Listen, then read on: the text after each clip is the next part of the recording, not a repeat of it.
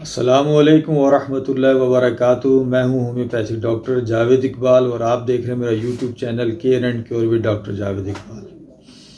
دوستو، امید ہے آپ سب خیر خیریت کے ساتھ ہوں گے۔ آج کا جو ہمارا ٹاپک ہے وہ ٹائیفائڈ بخار ہے،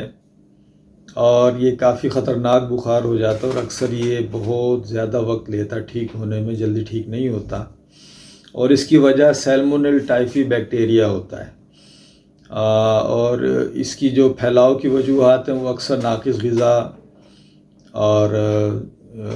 صاف پانی کا استعمال نہ کرنا ہے۔ اس کے علاوہ جو ٹائیفائڈ سے متاثر مریض ہے اس کی وجہ سے بعض اوقات دوسرے مریضوں کو یہ بخار لگ جاتا ہے۔ عموماً اس کی جو علامات ہیں اس میں یہ ہے کہ ہلکے سے اونچے درجے کا بخار ہوگا، پیٹ میں درد ہونا شروع ہو جائے گا، یا اس کو ہیضے کی کیفیت ہوگی، یا اس کو شدید قبض کی کیفیت ہو جائے گی، اور اسی طریقے سے اس کے جسمانی دردیں ہوں گی، شدید نقاہت ہوگی، کمزوری ہو جائے گی، خاموش پڑا رہے گا، اور بعض وقت ہذیانی کیفیات ہو جاتی ہیں، اور اونچے درجے کا بعد میں اس کو شدید بخار ہوگا۔ یہ اس کی عمومی علامات ہیں۔ عموماً 4 ہفتے تک اس کا جو دورانیہ وہ چلتا ہے،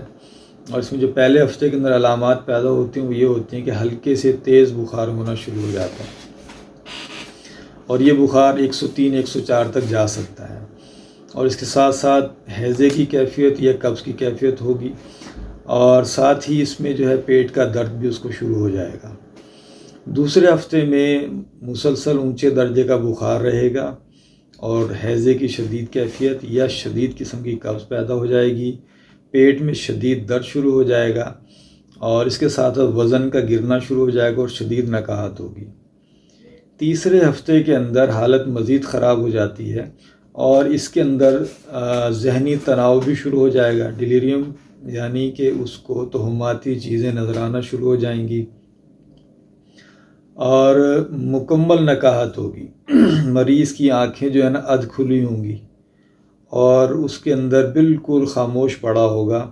حرکت بھی نہیں کر سکتا اس کے اندر، اور شدید نقاہت کی کیفیت کے اندر یہ مریض ہوگا۔ اور چوتھے ہفتے میں بھی یا تو شدید اس کو ہیضے کی کیفیت ہوگی یا شدید قبض کی کیفیت ہو جائے گی، پیٹ کا تناؤ بڑھ جاتا ہے اور پھول جاتا ہے، اور اس میں شدید درد شروع ہو جاتا ہے، ہائی گریڈ فیور ہوگا، اور اس کے ساتھ ساتھ جو ہے جسمانی دردیں بھی ہو سکتی ہیں، بعض کیسز میں شدید سردی کی کیفیت بھی پیدا ہو جاتی ہے۔ چوتھے ہفتے کے اندر علامات بتدریج کم ہونا شروع ہو جاتے ہیں، یعنی بخار بہت جو تیز تھا اب وہ ہلکا ہونا شروع ہو جائے گا، اور کرتے کرتے وہ تقریباً ختم ہو جاتا ہے۔ ہفتے 10 دن کے اندر مکمل علامات پھر ختم ہو جاتی ہیں۔ لیکن اس کے اندر یہ ہوگا کہ بخار اس کا کیونکہ بیکٹیریا جسم کے اندر پڑا ہوا ہے، تو زیادہ 2 ہفتے 1.5 ہفتے کے بعد یہ دوبارہ سے پھر علامات اس کی لوٹ آتی ہیں، اور ٹریٹمنٹ پراپر نہ ہونے کی وجہ سے بار بار یہ جو ہے اس کا سیشن چلتا رہتا ہے، بخار اترے گا چڑھے گا، اترے گا چڑھے گا، کبھی اس کو اسہال ہوں گے، کبھی قبض ہوگی، کبھی پیٹ میں شدید درد شروع ہو جائے گی، اور اس کی نقاہت بہت شدید ہو جانی، کمزوری جسمانی پیدا ہو جائے گی۔ تو دوستو، یہ ساری علامات تھیں ٹائیفائڈ بخار کی، اور تقریباً 22 ملین کے قریب ہر سال لوگ اوور دا ورلڈ جو ہے اس سے متاثر ہوتے ہیں۔ بچوں میں بھی ٹائیفائڈ ہوتا ہے، لیکن اس میں بڑوں کی نسبت علامات کی شدت کم دیکھنے میں آتی ہے۔ ایک تو یہ علامات ہیں جس کے ذریعے سے ہم ٹائیفائڈ کو پہچانتے ہیں کہ بھی اس کو ٹائیفائڈ، لیکن کنفرمیشن کے لیے مختلف ٹیسٹوں کی ضرورت پڑتی ہے۔ ان ٹیسٹوں میں خون کا، سٹول کا، یورین کا، ان کا جو ہے کلچر ٹیسٹ کیا جاتا ہے، 48 سے لے کر 72 گھنٹے تک اس کو کلچر کیا جاتا ہے، تاکہ اس میں بیکٹیریا کی گروتھ زیادہ ہو سکے، اور اس سے یہ پتہ چل جاتا ہے۔ اسی طرح CBC کمپلیٹ بلڈ جو پکچر ہے، یہ اس کا ٹیسٹ کیا جاتا ہے، اس میں بھی دیکھا جاتا ہے کہ اس کا ہیموگلوبن لیول کیا ہے اور دوسرے پیرامیٹرز کیا ہیں، اس کے بھی ایک اندازہ کیا جاتا ہے۔ اور اگلا جو تیسرا جو ٹیسٹ ہے وہ ٹائفی ڈاٹ یا ٹائیفائڈ کا وڈال ٹیسٹ ہے۔ ان کے ذریعے سے ہم ٹائیفائڈ فیور کو کنفرم کرتے ہیں کہ اس میں ٹائیفائڈ فیور ہے یا کوئی اور بخار کی کیفیت ہے۔ تو دوستو، اس بخار کے اندر ٹائیفائڈ کی وجہ سے کافی ساری پیچیدگیاں بھی پیدا ہو جاتی ہیں۔ جس میں سب سے شدید پیچیدگی یہ ہے کہ پیٹ کے اندر آنتوں کے اندر شدید قسم کی انفیکشن پیدا ہونے کی وجہ سے اس میں ہیموریجک کیفیت پیدا ہو سکتی ہے، یعنی کہ بلیڈنگ ہو سکتی ہے۔ اور اس بلیڈنگ کی وجہ یہ ہوتی ہے کہ آنتوں کے اندر باریک باریک سوراخ یا بڑے سوراخ ہو سکتے ہیں، جس کی وجہ سے آنتوں میں موجود فضلہ پیٹ کے جوف میں، یعنی پیٹ کی جو جھلیاں ہیں، آنتوں سے باہر نکل کر وہاں پہ چلا جاتا ہے، اور اس کی وجہ سے شدید خون کی انفیکشن پیدا ہونے کا ڈر ہے، اور یہ کافی خطرناک ہو جاتا ہے، ڈیتھ تک لے جا سکتا ہے آدمی کو، اس سے موت واقع ہو سکتی ہے دوستو۔ اس کے علاوہ اور بھی بہت ساری پیچیدگیاں جو کہ عام طور سے کم دیکھنے میں آتی ہیں، جیسے دل کے پٹھوں کا اور اس کے ویلوز کی انفلیمیشن ہے، دل کی جھلیوں کی انفلیمیشن ہے، پینکریاس کی انفلیمیشن ہے، اس طرح سے پتے کی انفلیمیشن ہو جاتی ہے، اور سیپٹیسیمیا تو اکثر ہو ہی جاتی ہے اس کے اندر جن لوگوں کو، جو میننجائٹس ہو سکتا ہے، اس طرح نفسیاتی مسائل پیدا ہو سکتے ہیں۔ یہ سارے کے ساری کمپلیکسٹیز ہیں جو ہو جاتے ہیں، لیکن جو سب سے زیادہ شدید نوعیت کی جو مسئلہ پیدا ہو سکتا ہے وہ آنتوں میں سوراخ ہو جانا، اس کی وجہ سے ہیموریجک کیفیت کا پیدا ہو جانا ہے۔ تو دوستو یہ اس کا اوور ویو تھا کہ ٹائیفائڈ بخار ہے کیا، ہوتا کیوں ہے، اس کے علامات کیا ہیں، اس کی وجہ سے کیا پیچیدگیاں ہو سکتی ہیں، اور اس کا عموماً دورانیہ کیا ہوتا ہے۔ اب ہم آتے ہیں اس کے علاج کی طرف۔ اگر ایلوپیتھک میڈیم میں دیکھیں تو اس کے اندر اینٹی بائیوٹکس دی جاتی ہیں، جن کی وجہ سے بخار بھی کنٹرول ہو جاتا ہے، انفیکشن بھی کم ہو جاتی ہے یا ختم ہو جاتی ہے۔ لیکن اگر اس کو لمبے عرصے تک علاج نہ لیا جائے، اینٹی بائیوٹک انجیکشن بھی لگتے ہیں، اگر وہ نہ لگوائے جائیں تو پھر یہ دوبارہ لوٹ کر آتا ہے، اور بعض صورتوں میں انجیکشن لگوانے کے باوجود بھی سالانہ طور پر لوگوں کو ٹائیفائڈ ہو رہا ہوتا ہے۔ اس کی ایک بڑی وجہ تو یہ ہوتی ہے کہ جسم میں سے مکمل طور پر یہ جو بیکٹیریا ہے، سالمونیل ٹائفی بیکٹیریا، یہ مکمل طور پہ خارج نہیں ہوا ہوتا یا اس کو وہ کل نہیں ہوا ہوتا۔ دوستو اس اوور ویو کے بعد اب ہم دیکھتے ہیں کہ اس کا ہومیوپیتھک ٹریٹمنٹ کیا ہے۔ ہومیوپیتھی کے اندر بہت ساری ادویات ہیں جو ٹائیفائڈ بخار کے لیے مستعمل ہیں، اور الحمدللہ ان کے شاندار نتائج ہیں۔ ان ادویات میں سب سے پہلی جو دوا ہے دوستو وہ ٹائیفوڈینم ہے۔ عموماً کیونکہ یہ نوسوڈ ہے، ٹائیفائڈ کے زہر سے بنا ہے، تو اس کا جو ہے ہم عموماً CM طاقت میں 1 لاکھ طاقت میں اس کو دی جائے تو اس کے شاندار نتائج ہیں، اور فوری طور پہ ٹائیفائڈ بخار کا توڑ بھی کرتی ہے یہ، اور اسی طرح سے حفظ ماتقدم کے طور پہ بھی، یعنی کسی کو ٹائیفائڈ نہیں ہے اور ٹائیفائڈ پھیلا ہوا ہے تو اس کے حفظ ماتقدم کے طور پر بھی ٹائیفوڈینم دی جا سکتی ہے، تاکہ اس کے جسم میں امیونٹی ڈیولپ ہو جائے اور اس کو ٹائیفائڈ بخار نہ ہو۔ اس کے علاوہ جب ہم یہ ٹائیفوڈینم CM میں ایک خوراک دے دیتے ہیں تو اس کی وجہ سے اس ٹائیفائڈ کا دورانیہ کافی کم ہو جاتا ہے،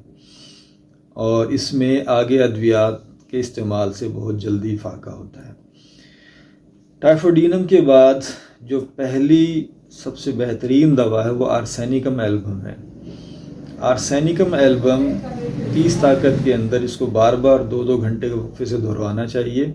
اور اس کی خاص علامات جو ہیں وہ یہ ہیں کہ بے چینی، شدید گھبراہٹ ہوگی، اور اس کو شدید پیاس ہوگی، لیکن پانی وہ تھوڑا تھوڑا گھونٹ گھونٹ کر کے پیے گا۔ ایسی صورت میں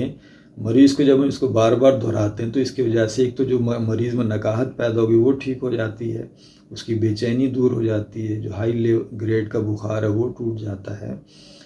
اور وہ کیور کی طرف جانا شروع ہو جاتا ہے۔ دوستو اگلی جو دوا ہے وہ بیپٹیشیا ہے۔ بیپٹیشیا ٹائیفائڈ کے اندر بہت زیادہ کارآمد ہے۔ جب ٹائیفائڈ بخار کے ساتھ اسہال بھی لاحق ہو جائیں تو اس وقت بیپٹیشیا دوا بنتی ہے، اور اس کے اندر بہت زیادہ متعفن بدبودار قسم کے اسہال ہوتے ہیں، اور مریض میں شدید قسم کی نکاہت پیدا ہو جاتی ہے، اور اس کا پیٹ بھی پھول جائے گا، اور اسی طریقے سے اس پر جو ہے نا نکاہت اتنی شدید ہوتی کہ بے ہوشی طاری ہو جاتی ہے، اور اس کو ہوش میں لانا بہت مشکل ہو جاتا ہے۔ اس کے جو اسہال ہوں گے، پخانے ہوں گے، ان سے وہ کھٹی بو والے ہوں گے۔ اگر یہ علامات پیدا ہو جائیں تو اس میں بیپٹیشیا شاندار نتائج دیتی ہے، اور اسی طرح اس کو ٹائیفائڈ کے ابتدائی مراحل میں دینا چاہیے، اس میں بہت اچھے نتائج ملتے ہیں۔ اگلی جو دوا ہماری دوستوں ہے جلسیمیم کے اندر بھی شدید کمزوری، ہائی گریڈ فیور پایا جاتا ہے، مریض سکون سے لیٹا رہتا ہے، وہ حرکت نہیں کرنا چاہتا، اور اس کے آنکھوں کے پپوٹے نیچے کی طرف گر جاتے ہیں، ان کو اٹھا نہیں پاتا ہے، شدید کمزوری اور نکاہت پیدا ہو جاتی ہے، اور اس پر لرزہ بھی طاری ہوتا ہے، کپکپاتا ہے اس کا جسم، غنودگی بہت شدید ہوگی، اس کو ٹھنڈ بھی لگ سکتی ہے۔ یہ ساری علامات جلسیمیم کی ہیں۔ اگر یہ علامات مریض میں ملیں تو اس کو جلسیمیم 30 طاقت کے اندر بار بار دہرائے جائے 2-3 گھنٹے کے وقفے سے، تو انشاءاللہ جلدی جو ہے ٹائیفائڈ سے نجات مل جائے گی۔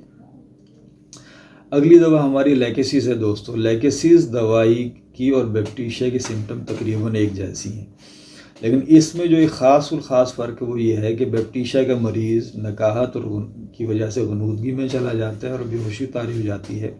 جبکہ لیکسیس کے مریض کو نیند کی حالت میں شدید بے چینی گھبراہٹ ہوتی ہے اور اس کی طبیعت جو ہے زیادہ ابتر ہو جاتی ہے۔ اس کے علاوہ سیاہ رنگ کے خون کا اخراج شروع ہو جاتا ہے، اور وہ گردن اور کمر وغیرہ کو چھونے نہیں دیتا، اس سے بہت حساس ہوتا ہے وہ۔ اگر ایسی کیفیات ہوں تو اس میں لیکسیس دینی چاہیے۔ اور لیکسیس کے اندر دوستو بدبودار اخراجات ہوں گے، کپکپاہٹ طاری ہو جائے گی، ہذیانی کیفیت ہوگی اس کی، اور زبان اس کی خشک ہو جائے گی بالکل، اور سرخ رنگ کی ہوگی۔ یہ لیکسیس کی خاص علامات ہیں۔ اگلی دوا ہے ایسڈ میورٹیکم۔ ایسڈ میور اس وقت مستعمل ہوگی جس وقت خون کا اخراج شروع ہو جائے اور سیپٹیسیمیا کا ڈر ہو، یعنی آنتوں میں سوراخ پیدا ہونا شروع ہو چکے ہوں، اس وقت جو ہے نا میورٹک ایسڈ ہوگی۔ اور میورٹک ایسڈ کے اندر جو نکاہت وہ انتہا درجے کی ہوتی ہے، ذہنی فالجی کیفیت پیدا ہو جائے گی، اور نچلا جبڑا جو ہے وہ لٹک جائے گا، اور اس کو مکمل بے ہوشی کی طرف مریض چلا جاتا ہے، اور بالکل ایسی حالت ہوتی ہے کہ جیسے بس اب مریض جو ہے نا بالکل موت کے قریب جیسے ہو، وہ اس میں حالت ہو جاتی ہے۔ اگلی دو دوائیاں جو ہیں وہ بڑی کارآمد ہیں، کیلکیریکار اور بیلاڈونا دوستوں۔ جس وقت ہذیانی کیفیت پیدا ہو جائے مریض میں باقی علامات کے ساتھ، اور جیسی وہ آنکھوں کو بند کرے تو اس کو توہماتی چیزیں نظر آنا شروع ہو جائیں، اور جیسی وہ آنکھیں کھولے تو ساری چیزیں اس کی آنکھوں کے آگے سے غائب ہو جائیں، اور وہ لوگوں کو پہچاننے میں بھی اس کو دقت ہونا شروع ہو جائے، اور الٹی سیدھی باتیں کرنا شروع کر جائے یا شور مچانا شروع کر دے، تو ایسی صورت کے اندر کیلکیریکار اور بیلاڈونا بہترین نتائج دیتی ہے۔ اگلی دوا ہے دوستو کیوپرم میٹیلکم۔ کیوپرم میٹیلکم جو ہے اس میں بھی فالجی اور تشنجی کیفیت دونوں طرح سے پیدا ہوتے ہیں، یعنی جھٹکے بھی لگیں گے اس کو، اس کے مسلز میں کریمپ پیدا ہونا شروع ہو جائیں گے، اور بے ہوشی اس کے اوپر طاری ہو جائے گی۔ ایسی صورت میں کیوپرم میٹیلکم لاجواب دوا ہے دوستو۔ کیوپرم میٹیلکم کے اندر جو ایک خاص علامت ہے وہ یہ ہے کہ اس کا پیٹ ڈھول کی طرح جو ہے نا پھول جائے گا، اور شدید بے چینی ہوگی، اس میں پیشاب اس کا بند ہو جاتا ہے، اور پیٹ میں شدید درد ہوتا ہے، جس کی وجہ سے مریض جو ہے بستر پر یا فرش پر لوٹ پوٹ ہو جاتا ہے، اور اسے کسی کروٹ سکون نہیں ملتا، اور مسکولر کریمپس جیسے کہ میں نے پہلے بتایا کہ وہ بھی شروع ہو جاتے ہیں۔ ایسی حالت میں جب اس میں اکڑاؤ پیدا ہو رہا ہو، پٹھوں کا درد ہو رہا ہو، کریمپس پڑ رہے ہوں، تو کیوپرم میٹیلکم بہترین دوا ہوگی۔ اگلی جو دوا ہماری دوستو وہ ہے اسٹرامونیم۔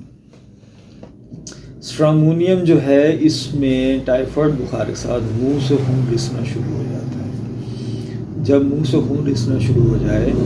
اور زبان سرخ اور سوجی ہوئی ہو، اور اتنی زیادہ سوج جائے کہ جیسے منہ اس کا بھر گیا ہو، ایسی صورت میں اسٹرامونیم بہترین دوا ہوتی ہے۔ اس کے علاوہ کروٹن ٹیگلم استعمال جب اسہال بہت زیادہ لگ جائیں اور بوچھاڑ کی طرح سے اسہال جو خارج ہونا شروع ہو جائیں، تو اس وقت کروٹن ٹیگلم بہترین دوا ہوگی۔ دوستو یہ چند ایک دوائیاں تھیں جو میں نے آپ کے سامنے پیش کی۔ اس کے علاوہ بھی بہت ساری ادویات ہیں جو ٹائیفائڈ بخار میں